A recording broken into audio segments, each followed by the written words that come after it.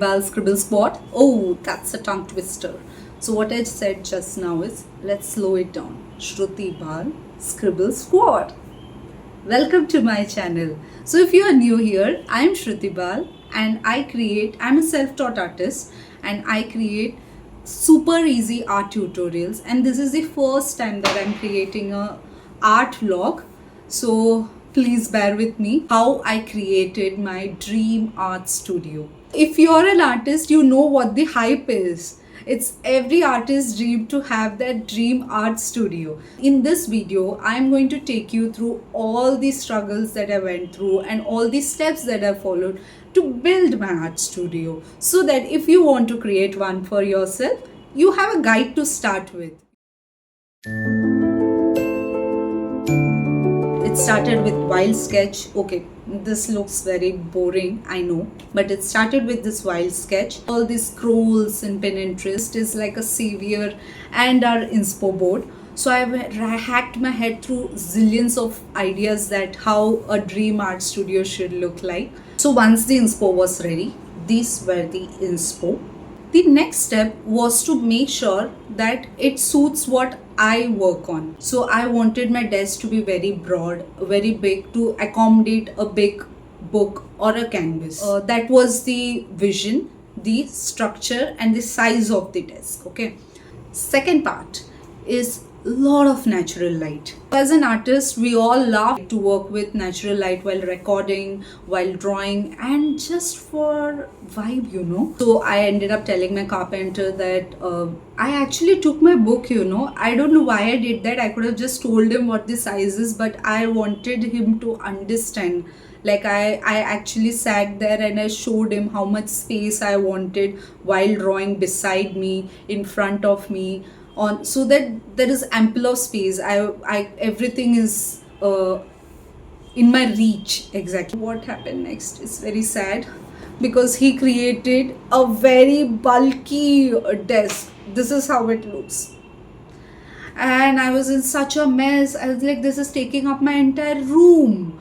I didn't think this through. I surely didn't, and the carpenter didn't even give it a thought. But I did want a big space. What I did is I asked him for pull-out drawer. I showed him that idea. I told him, okay, you reduce the size. Let's make it a little bit compact so that we have entire room. This is how it turned out.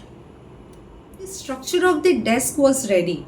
The most important part is the look of the desk. Okay, for the desk as well, I wanted a very foresty, woody desk, because let's be honest, I cannot have a white desk. I don't know how few artists actually keep white desk. It's, for me, it's like a premium. I will never draw on a white desk because I know how messy I am, or even on the wooden desk I have already messed up with a lot of paint. So white desk was a big no. So this is the finish that I used. So I didn't want a very boring drawer. See, it has to be a very beautiful art desk, right? Somebody coming into the room should be charmed looking at the desk. So if you can see the panel, I'm not sure if you can see the panel that I used for my drawers and to add a tidbits for the pull-out drawers. Pro tip, if you are an artist or you rather want to just design a nice pretty desk, number one tip is always find a place where there is a lot of natural light. As cozy as possible, something that you would want to, you can't wait to come and start your work on, or something that inspires you. Someone who walks into the room should know instantly that this has been designed by you. Few moments later. Our desk is finally ready. Okay, so it was super underwhelming because it didn't live up to the expectation that I had, because I had super mighty expectation because of all the inspo that I had taken. I used to dream day and night that it will look like this, it will look like that, but then it turned out like a simple desk, like nothing so glamorous, and rather not even glamorous. It was too simple to be called an art desk. So I was really back down. I felt so bad that it didn't live up to the expectation. Somewhere it hit me that I was putting too much pressure on how it will look rather than enjoying the process of creating an art desk, because we often do that, right? We often think what others would think, how others should look at something that we have made, instead of understanding that we are creating a space for ourselves. So let's work on that. So I went back, I was like, I'm not going to give this up, I'm going to give it a try again. So I went through all the different videos that I had taken as reference. I went through few more images. I took an understanding of what was missing. That's when I realized that my art desk was just a desk.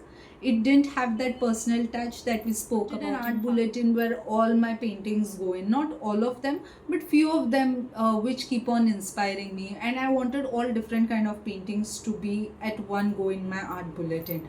So then I removed my art journal, I selected few of the paintings, and then I started placing them on the bulletin board. And now this again went for an hour, for 2 hours, and then finally when the paintings were up, I started getting the rhythm of it, and I actually felt that okay, this is how my space is going to look. You can see the excitement on my face. Wait for a few more minutes and you will see how the bulletin also is going to look. So if you haven't subscribed yet, you should subscribe, because this is going to be super amazing video series. Okay, enough of talking. It's time to get some work done. The most difficult part of setting up an art room is organizing the art supplies. I have honestly been avoiding it, but now is the time. I have to get this done. So to make work easier and fun, I picked up cutest organizers to sort everything in an orderly fashion. And while I was doing this, it felt like I was decluttering my head too. You get that, right? Somewhere between brushes and colors, I found clarity about what I really want from this art room. I found this beautiful open storage container for my mini art journals, and honestly, it adds so much charm. It fits my desk so perfectly, like it was made just for this art room. I feel like it's going to be the little highlight that ties everything together. We are going to have a sneak peek of how the desk looks, and if you like this video, give a thumbs up. Do share with your friends and family. As we enter, this is my art desk, a secret little corner where everything I create comes straight from heart. It's a space that doesn't judge, it only welcomes. The raw lines, the half-formed ideas, the messy beginnings. This room inspires me, brightens my day, and gently reminds me to keep creating even on days when I feel low. When the world feels heavy, this space lifts the spirit. It makes my heart full of life, and simply because it exists.